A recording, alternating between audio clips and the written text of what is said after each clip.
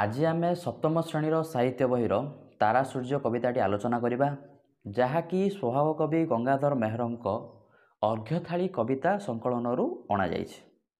कविताटी आरंभ करने पूर्व कवि परिचय विषय टी प्रथम आलोचना करदे।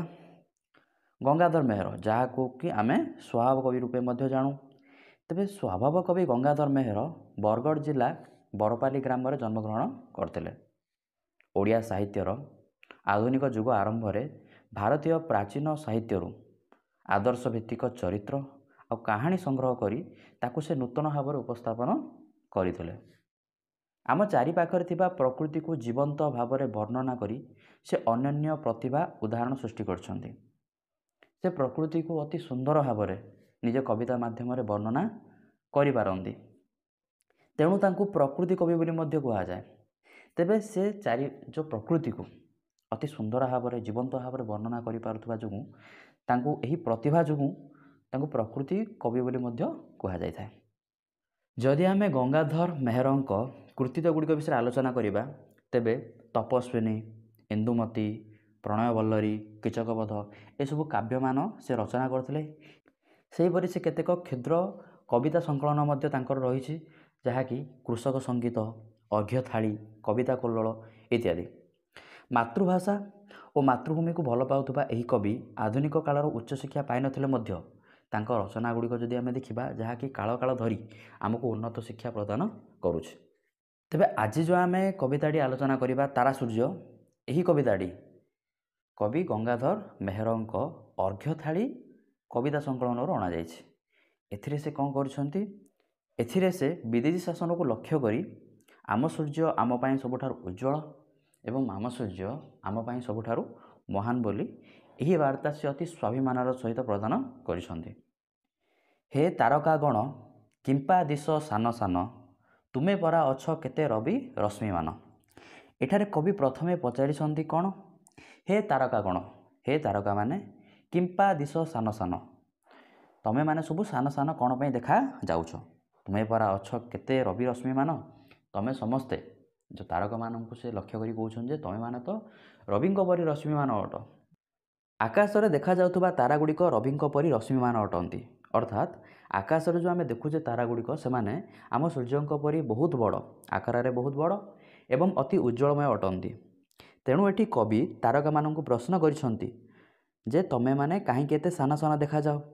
जेहेतु तमे रविंक परी रश्मिमान अट तेबे कौन पाई तुमे माने एते साना साना देखा जाओ?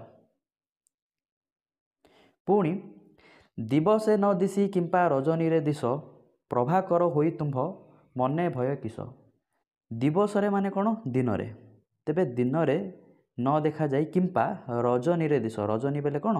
रजनी बेले राति। तेबे एठी कवि प्रश्न करछन्ति जे दिवसरे देखा न जाई कौन पाई बा काहींगी रजनी रे तुमे देखा जाओ बा राति रे देखा जाओ। प्रभाकर होई तुम्भ मने भय किस। प्रभाकर, प्रभाकर बोले सूर्य, सूर्य होई तम मन रे कौन भय अछि?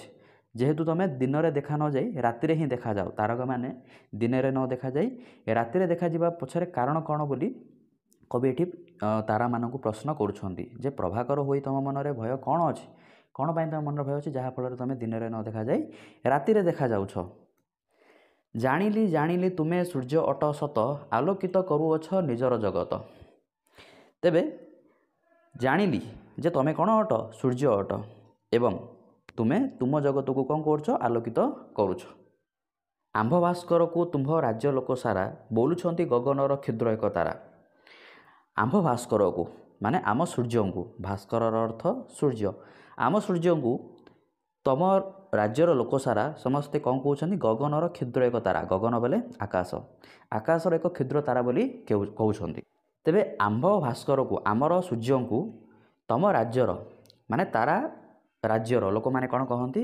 आकाशर एक क्षुद्र तारा बोली कहती। तुम्भ राज्य तुम्भ आगे आंभर भास्कर न दिशंती तेणु दिने न हुओ भास्वर। सेहीपरि एठी कौन कहले? तम राज्य रे आउ तम आगरे आमर भास्कर, तम राज्य रे आउ तम आगरे आम सूर्य कौन? दिन रे देखा जाआंतिनी।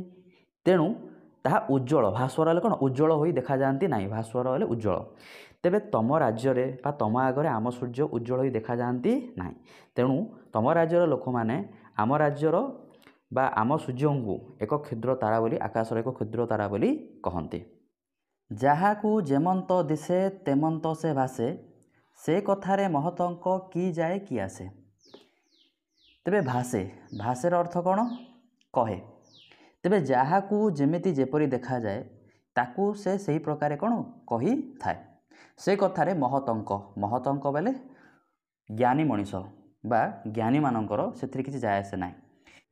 ଏବେ ଜଣକୁ ଯାହା ଯେମିତି ଦେଖାଯାଏ ତାକୁ ସେ ସେହି ପ୍ରକାରେ କ'ଣ କହିଥାଏ। ତେବେ ଯଦି ସେ ଯଦି କ'ଣ କହିଲା, ଏବେ ଯେମିତି ମୁଁ ତ ଏକ୍ଜାମ୍ପଲ୍ ନେବା ଆମେ ସୂର୍ଯ୍ୟଙ୍କ ବିଷୟରେ, ଆମ ସୂର୍ଯ୍ୟଙ୍କ ବିଷୟରେ।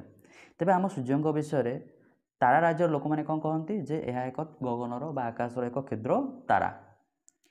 ତେବେ ଏମିତି କହିଲେ ଆମ ସୂର୍ଯ୍ୟଙ୍କର ଆଲୋକ ବା ତାଙ୍କର ମହତ୍ତ୍ୱ ହାନି ତ ହେବନି, ତାଙ୍କ ଆଲୋକ କମିବନି କିମ୍ବା ତାଙ୍କର ଉଜ୍ଜ୍ୱଳତା ତାଙ୍କ ଆକାର ସାନ ହୋଇଯିବନି।